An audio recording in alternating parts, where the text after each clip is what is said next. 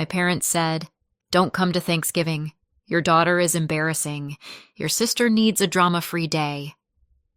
My 6-year-old and I were already on the way to the airport to fly home. I didn't cry. I took action. When my parents saw us again, their faces went pale because I still remember the exact second my stomach dropped, because my hands were on the steering wheel and I had nowhere to put the feeling. We were on the freeway, headed to the airport. It was the day before Thanksgiving. Gray sky. Traffic moving just fast enough to make you think you might actually be on time, which is always how airports lure you into optimism before humbling you at security. My daughter Ivy was in the back in her booster seat, kicking her feet like she had springs in her shoes. She'd been counting down to this trip the way kids do, like it was a holiday and a birthday and a unicorn sighting all rolled into one. "Do you think Mason will play with me this time?" she asked. Mason was my sister Allison's son. He was 7 and treated Ivy like a mildly interesting app he could close whenever he got bored. "I'm sure he will," I said, in the voice mothers use when they're lying for peace. "And Paige is going to show me her new Barbie," Ivy continued, undeterred. Paige was Allison's daughter, 9, and already practicing the kind of facial expressions you see in people who review restaurants for a living. Ivy hummed to herself, hugging the little stuffed fox she'd insisted on bringing so he can have Thanksgiving too. She'd made place cards at school, actual little folded pieces of paper with our names and drawings of turkeys that looked like they'd survived a small explosion. She was excited to see her grandparents. She kept saying Grandma's house like it was a magical location with enchanted snacks. I was hopeful, not in a naive way, more in a maybe this year everyone will behave like adults for 4 hours way, a cautious, fragile optimism, like balancing a glass ornament on a moving bus. My phone rang. The screen lit up with Mom. I smiled automatically, because apparently my nervous system hadn't gotten the memo that I was allowed to be wary. "Hey," I said, tapping the button and putting it on speaker, because I was driving, and also because I'm not trying to get pulled over for holding my phone like a teenager filming a TikTok. "Hi, Sarah," my mother said. Her tone was careful. Too careful, like someone trying to move a vase without letting you hear it scrape. I glanced in the rearview mirror. Ivy was looking out the window, mouth open a little, relaxed, happy. "Hi, Mom," I said, still light. "We're on the way.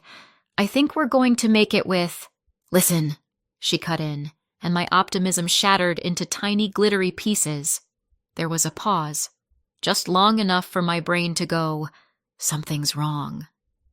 "We've been talking," she said, "and we think it's best if you don't come this year." I actually blinked, like my eyes could reboot the sentence. "What?" I said. "It's just," she continued, like she was explaining the weather. "Your daughter is embarrassing.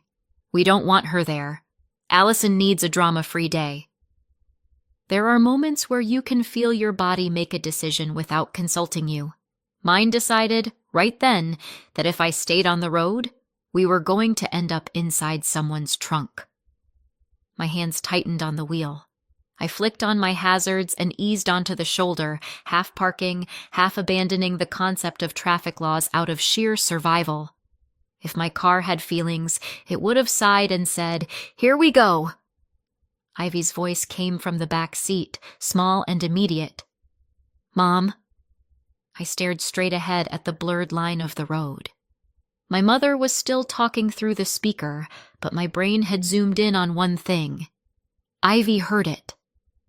The second I realized that, I tapped the screen and took the call off speaker so fast it was basically a reflex, like snatching a knife off the floor before a child steps on it. "Mom," I hissed, because whispering makes everything better, apparently. "I'm driving. Ivy is in the car. We're on the way to the airport. What are you talking about?"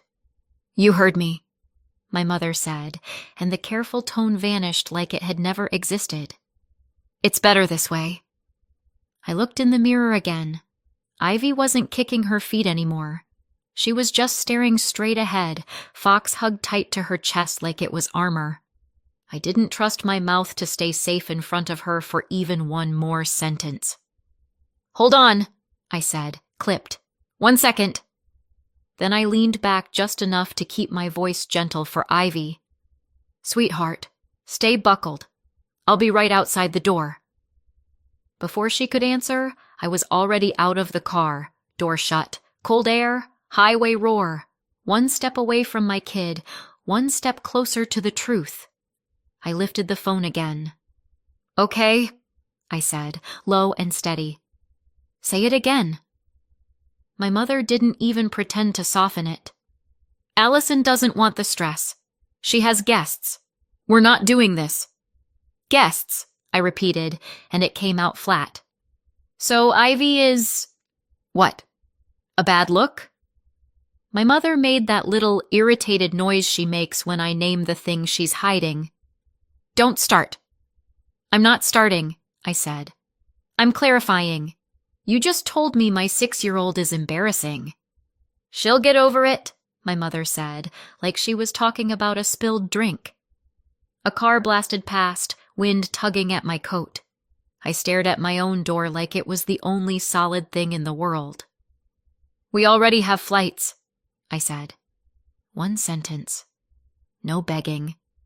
"We're literally on the way?" "And now you're not," she snapped. "Allison needs a drama-free day." There it was again. Drama-free. Like my child was an unregulated substance. I swallowed. "So that's it?" "It's better this way," my mother said, final. "We'll see you another time." A pause hung there, just long enough for me to wait for the part where she said, "I'm sorry." She didn't. She did what she always did when I didn't immediately fold myself into whatever shape she needed. She ended the call. I stared at the dark screen for half a second, like maybe it would light back up and say, "Just kidding. I love my granddaughter. I've lost my mind." It didn't. So I did the only thing left. I called the person whose comfort apparently ran the holiday calendar. Allison picked up on the second ring. "What?" she said, already annoyed, like I'd interrupted something important. Breathing, probably. "Did you tell Mom not to let us come?" I asked. "Because of Ivy?" A beat, then a sigh. One of those sighs designed to make you feel embarrassing for speaking at all. "Sarah," Allison said, "I have people coming." "People," I echoed. "Justin has clients," she added quickly, like that made it noble. Like it was charity work to host Thanksgiving for the commercially important. My stomach went cold. "So, you didn't want questions?" There was silence, just long enough to count as an answer. Allison's voice sharpened. "I don't want a scene." "My child exists," I said. "That's the scene. You're doing it right now," Allison snapped. "This is why nobody can deal with you. You make everything dramatic." I didn't argue. I didn't explain. I didn't try to teach empathy to someone who treated it like an elective. "Okay," I said, and my voice was calm enough that even I didn't recognize it. "Got it." And I ended the call before she could reply. I stood there on the shoulder of the freeway for a few more seconds, because I needed to breathe. Then I opened the door and climbed back in. Ivy's eyes flicked to my face immediately, searching for clues the way kids do when they don't have words yet. I forced my face into calm, the kind of calm mothers learn in hostage situations. "Hey," I said softly. Ivy didn't hesitate. "They don't want me." My throat tightened. I had a sudden, vivid urge to scream into the steering wheel, but Ivy was watching me, and I had one job. "No," I said automatically. "Don't lie," Ivy said, voice wobbling. "I heard it. Grandma said I'm embarrassing." I sat back and stared at the highway. My hazards blinked, steady and bright, like my car was quietly calling for help. "I'm sorry," I said, and it came out rough. Ivy hugged her stuffed fox tighter, like she could protect it from shame. I stared at the airport signs in the distance, and I realized something with a kind of stunned clarity. I could still make this day about us. I turned the car around. Ivy didn't say anything for a while. That was the scariest part. A quiet 6-year-old is never a good sign. I drove us to an ice cream shop because I didn't know what else to do with a broken heart and a child who still believed in grandparents. "Pick whatever you want," I said. "2 scoops." She looked at me. "Even sprinkles?" "Especially sprinkles," I said. We sat by the window. Ivy stared at her sundae and didn't eat it. Then I noticed the table next to us, an older couple, their daughter, and a little girl about Ivy's age. They were just together. Easy. Like nobody had to earn their place. My throat tightened. I looked away fast, like that would stop it. It didn't. The older woman leaned over, gentle. "Hey, are you okay?" I opened my mouth to say, "Fine." Nothing came out. Ivy sniffed beside me, quiet, like she was trying to be small enough to not cause trouble. The older woman looked from Ivy to me and softened. "Would you two like to sit with us?" Before I could answer, their little girl slid off her chair and walked over to Ivy. "I'm Mia," she said. "Do you like unicorns?" Ivy blinked. "Yeah." "Come on," Mia said, and Ivy followed her to the play corner like her body remembered how to be a kid. The older woman smiled. "I'm Barbara. This is Walter, and that's our daughter, Julia." "Sarah," I said. "And Ivy." Barbara didn't lean in like we were about to do a deep dive. She just nodded toward the play corner where Ivy and Mia were already arguing over a plastic spoon like it mattered. "She's got a good kid vibe," Barbara said, like that was all she needed to know. Walter slid a napkin toward me without making it a thing. Small gesture. Big impact. Julia gave me a quick, sympathetic look and said, "Holidays can be a lot." I let out a breath that wasn't quite a laugh. "That's one way to put it." Barbara watched me for a second, quiet, not nosy, and asked gently, "Are you okay?" I should have said yes. I should have said, "Just tired," and moved on like I always do, but my mouth betrayed me. "Not really," I admitted.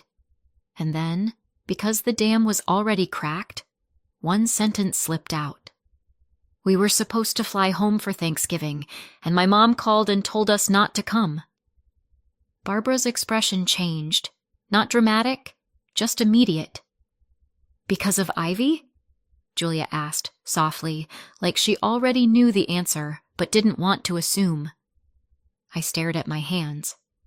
"Yeah." Walter's jaw tightened. Barbara's voice dropped, careful. "What did she say?" I hesitated. Then I swallowed. "That Ivy was embarrassing." Nobody spoke for a beat. Barbara didn't ask for a life story. She didn't demand details. She just said, quietly, like she couldn't help it, "How could anyone say that about a child?" And that was the problem. Because the real answer wasn't one sentence. It wasn't just one phone call. And I had no idea where to even start. Barbara and Walter were watching me like they were waiting for the rest of the story, and I realized I'd never actually said it out loud to people who weren't already committed to misunderstanding me. So I did what I always do when I'm about to say something painful. I made a joke. "My family's big on tradition," I said, "like turkey and stuffing and pretending I don't exist unless my sister needs an audience." Julia let out a short laugh that sounded like it surprised her, like she recognized the coping mechanism. Barbara didn't laugh. Not because she didn't get it, because she got it too well. "You have a sister," she said. "Older," I said. "Allison." Just saying her name made my shoulders tighten. Allison was the right daughter, the one who didn't cause problems, mostly because she never had to ask for anything. It was handed to her like a crown. Growing up, Allison's achievements were framed. Mine were acknowledged, if nobody was busy. If Allison got an A, my parents said, "That's our girl." If I got an A, my parents said, "Good, keep it up." If Allison cried, the house rearranged itself around her. If I cried, my parents said, "Don't start." As adults, Allison married Justin, a man my parents approved of like they were on the judging panel of a reality show called America's Next Acceptable Son-in-Law. Justin shook hands like he meant it. He wore button-down shirts. He laughed at my dad's jokes. He fit into my parents' world like a puzzle piece they'd ordered online. Allison had Mason and Paige, and my parents turned into the kind of grandparents you see in commercials. The kind who baked cookies and posted pictures and wrote captions about blessings. When Mason was born, my mother announced it like the royal family had produced an heir. When Ivy was born, my mother said, "Well, that's going to be hard." I didn't say that to Barbara and Walter. Not yet. Because the thing is, my parents weren't villains in a movie twirling mustaches. They weren't cruel every second. They could be sweet sometimes, in small, confusing bursts. A birthday card, a toy mailed once, a "tell Ivy I love her" tacked onto the end of a phone call like a spare thought. Just enough to keep me hoping. Just enough to keep me trying. Ivy's father, my ex, was a relationship I thought would become a life. He smiled in photos. He could be charming in public. And then, quietly, behind closed doors, the charm curdled. I won't go into details. You don't need them. What matters is, it became abusive. And one night I packed a bag, buckled a much smaller Ivy into her car seat, and drove to my parents' house because I genuinely thought, this is what family is for. I pictured a door opening and my mother pulling me in and saying, "You're safe." What I got was my mother looking at the bag and saying, "Are you sure?" And my father, half awake, blinking at me like I'd shown up with a raccoon. "He seemed fine," my mother said. "You've always been sensitive, Sarah." Sensitive. Another family motto. I told them the truth as carefully as I could. I said, "He's not who you think he is." And my mother said, "Don't dramatize." They let us stay. That's the part I used to focus on, like it excused everything else. But staying felt like living inside a warning label. Nobody screamed at me. Nobody threw us out in the snow. It was subtler than that. It was the way my mother would sigh when Ivy cried like the sound was personally offensive. It was the way my father would look at the TV when I talked, as if eye contact might obligate him to care. It was the way my mother would say things like, "You know it's going to be harder doing this alone," and "It's a shame things didn't work out," as if the problem was the aesthetic of my life, not the safety of it. Once, I said, quietly, carefully, that I was relieved I wasn't married to him. I meant it practically. Divorce is expensive and exhausting. My mother stared at me like I'd confessed to a crime. "Families figure it out," she said. "People don't just leave." I remember thinking, yes, they do. I just did. But I didn't say that. I swallowed it. I told myself my mother was old-fashioned. I told myself she didn't understand abuse. I told myself she wanted what was best. I told myself a lot of things. Then came the part that made everything crystal clear in hindsight. One afternoon, my mother mentioned company coming over. People from church. Neighbors. Nice people. And she said, "Why don't you take Ivy out for a bit?" Not because Ivy needed fresh air, because my mother didn't want to explain me. I took Ivy to a park and watched her wobble on a slide and thought, at least she's happy. I told myself it was temporary. It was always temporary, until it wasn't. I started applying for jobs like my life depended on it, because it kind of did. My parents didn't say, "You have to leave." They said things like, "So what's your plan?" And "You can't stay here forever." And "You don't want to get stuck." Eventually, I got a job offer, a decent one, but it was far enough that visiting meant planning, tickets, the whole production. I remember standing in the kitchen with the offer letter in my hand, Ivy on my hip, and saying, "It's really far. I think I should keep looking for something local, just a little longer." I expected my parents to say, "Of course, we can help. Stay. Find the right thing." My mother didn't even hesitate. "A job is a job," she said. "You don't turn that down." "You can't be picky," my father added, without looking up. "You don't want to be stuck here forever," my mother said, and the words landed like a door closing. So I took the job. I moved. I built a life far away. I told myself it was independence, and it was, but it was also exile with better branding. Despite everything, Ivy kept asking about her grandparents, mostly because other kids talked about theirs, and she wanted to belong. So when my mother called her embarrassing, it didn't just hurt me. It hit Ivy. And that was the final straw. I could swallow shame aimed at me, but I wasn't going to teach my daughter to swallow it too. That's why, sitting in that ice cream shop, watching Ivy play with Mia, I finally let myself see the truth. It didn't have to be like this. And when Barbara said, "Come to our Thanksgiving tomorrow," I understood it wasn't pity. It was a door. I went. Not because I wasn't terrified, because Ivy deserved a holiday where she wasn't treated like a problem to manage. Barbara's house smelled like actual Thanksgiving. Roasting turkey, butter, cinnamon, something baking that made the whole place feel warm before anyone even spoke to you.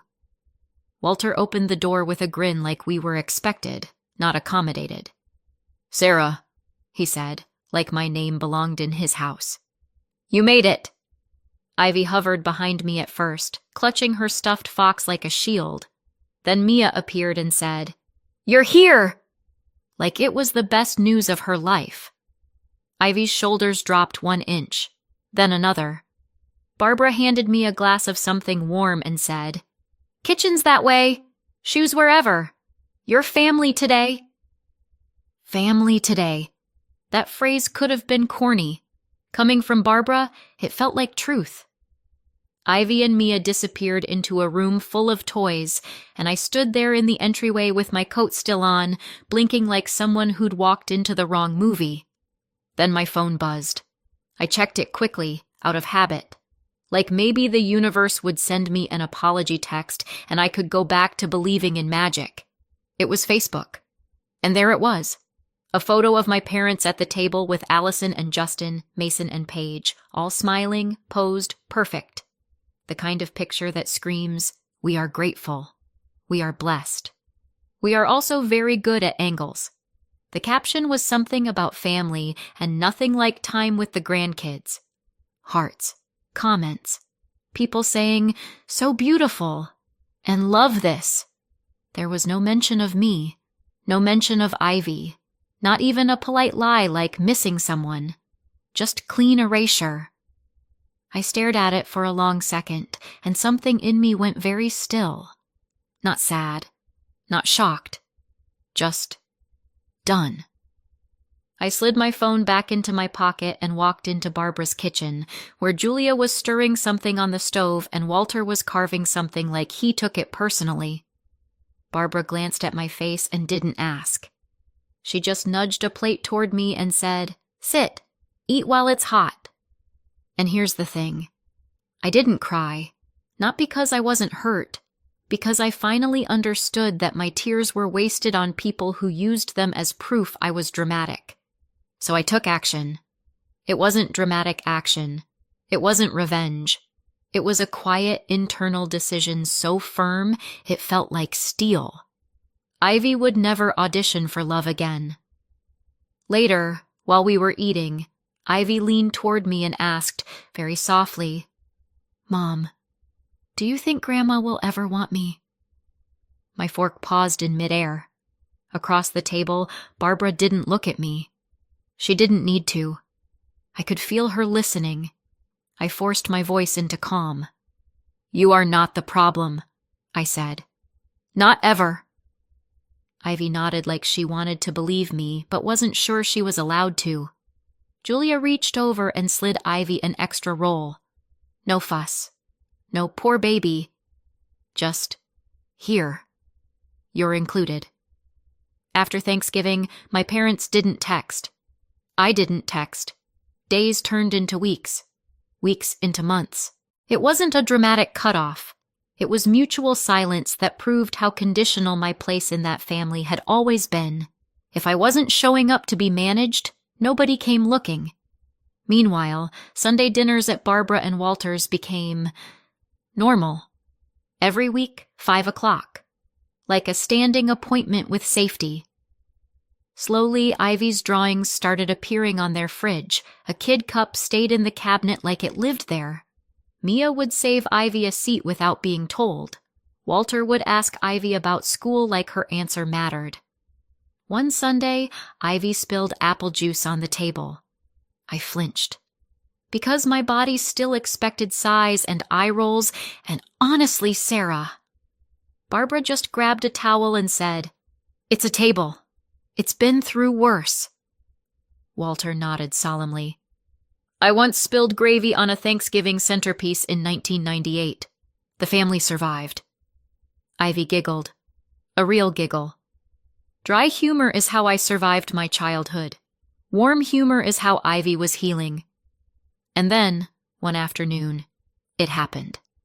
Ivy was running toward Barbara in the kitchen, arms open, and she shouted, "Grandma Barbara!" I stopped breathing. Because I expected correction. I expected discomfort. I expected someone to say, "Oh no, sweetheart, I'm not your—" Barbara turned, opened her arms, and said, "There's my girl." Just like that. Walter looked up from the newspaper and said, "Hey, kiddo." And Ivy beamed. I went to the bathroom and stared at myself in the mirror for a full minute because my eyes were wet and I was furious at how unfair it was that love could be that easy if people simply chose it. That week, I updated the documents that mattered. School pickup, emergency contacts, medical permissions, and a guardianship plan. Quiet, legal, permanent. If anything happened to me, Ivy would go to Barbara and Walter.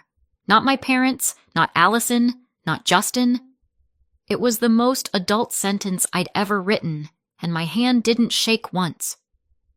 Julia and I got closer too. Not in a sit and discuss our feelings for 3 hours way. In a real-life way. We swapped childcare once. Then again, we vented while the kids played. It started to feel like sisterhood, without either of us naming it. Then Julia invited me to a single-parent play meetup she ran once a week at a community center. "It's low stakes," she promised. "Kids play. Adults pretend they remember how to socialize." That sounded like my kind of nightmare, so I went. And that's where I met Lucas. He walked in with a little boy, Leo, who had a cowlick and the serious expression of a child evaluating whether this place had snacks. Lucas wasn't flashy. He didn't walk in like he was auditioning to be everyone's favorite dad. He just noticed things. He held the door for a mom juggling a stroller. He picked up a dropped sippy cup like it wasn't beneath him. He nodded at Ivy like she was a person, not an accessory to me. It didn't happen all at once. Lucas became a steady part of our routine, then our life. Ivy and Leo clicked. Sundays at Barbara and Walter's became normal. A year passed, quiet, solid, and somehow, without fanfare, we ended up planning a wedding. 1 year after the Thanksgiving that started it all, my life looked nothing like it used to. I was engaged to Lucas. Ivy had Leo and Mia like built-in best friends. Barbara and Walter weren't nice people we met once. They were family. My biological family had been silent for a year, so when Mom's name lit up my phone, I stared at it like it might bite. Lucas looked up. You okay? Define okay, I said, and answered. Sarah, my mother said, careful, controlled. The same tone from the highway. I hear you're getting married. Yeah. A beat. Then the real reason. Where is our invitation? I kept my voice calm. You're not invited. Silence. Then outrage, like I'd broken a law. What do you mean you're not inviting us? I mean exactly that. This is ridiculous, she snapped. What was ridiculous, I said, was you calling my 6-year-old embarrassing. Don't start, she warned. I almost laughed. Muscle memory. I'm not starting, I said. I'm finishing. She hung up.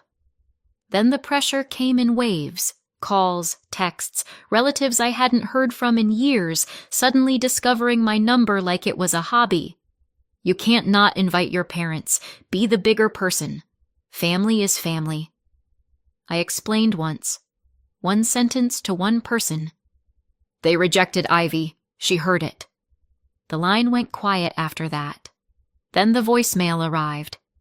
We're coming anyway, my mother said, tight and satisfied, like she'd solved a problem. Allison texted, You're being dramatic. This is why nobody can deal with you. Lucas listened to it all, jaw tight. You're not crazy, he said quietly. Thank you, I said. I'd like that embroidered on a pillow. We arranged security for the wedding. One rule, no exceptions. No one approaches Ivy. Wedding day arrived. I was getting ready with Julia fussing over a curling iron, Barbara fixing Ivy's dress, and Walter standing nearby pretending he wasn't emotional. Ivy spun. Do I look fancy? You look like trouble, Julia said fondly. The best kind. Barbara smiled at Ivy. Our girl. Walter cleared his throat. Ready, kiddo? Then the coordinator stepped in. Sarah, your parents are here, and your sister's family. My pulse spiked. Lucas was instantly beside me. Want them removed? I looked at Ivy. Bright dress, little bracelet, 6-year-old heart still healing. I wasn't risking a shouting match with Ivy within earshot. No, I said. Let them in. Back row. Away from Ivy. If they move toward her, stop them. The coordinator nodded and disappeared. Walter offered his arm. His hand was steady. That was the whole point. I stepped into the aisle. They were in the back. My mother stiff, my father shrinking, Allison scanning the room like it was a performance review, Justin leaning back like he belonged, Mason and Paige bored already. My biological father didn't stand. Walter did. Walter walked me down the aisle like he was honored to be there, like I mattered. Lucas waited at the altar, eyes locked on me, the kind of gaze that says, I choose you. I choose your child. And we got married. My biological family watched from the back like people who'd shown up too late to matter. At the reception, Ivy was safe at the kids' table with Mia and Leo. That was all I cared about. Then the DJ tapped the mic. If I can have everyone's attention. My stomach tightened. Not fear. Anticipation. Because I'd planned this part. I took the microphone. Thank you, I said, for being here. I paused. Then I said it. Calm, clear, impossible to ignore. A year ago, I was told not to come to Thanksgiving because my child was too much. A hush moved through the room. That call didn't take something from us. It showed me where we actually belonged. I turned toward Barbara and Walter. Barbara, Walter, you made room for us when you didn't have to. You loved Ivy like she wasn't a burden, like she was exactly what she is, an incredible kid. The room erupted. Applause, whistles, people standing. Barbara stood, overwhelmed. Walter stood beside her, face red and proud. Julia, I added, you became the sister I always needed. More applause. Then I looked at the back row. My mother's face had gone blank. Allison looked stunned. Justin's smile was gone. My father stared at his hands. Their faces were pale because now the room knew. Now the story belonged to me. I handed the mic back and stepped into Lucas's arms. For one perfect second, it was mine.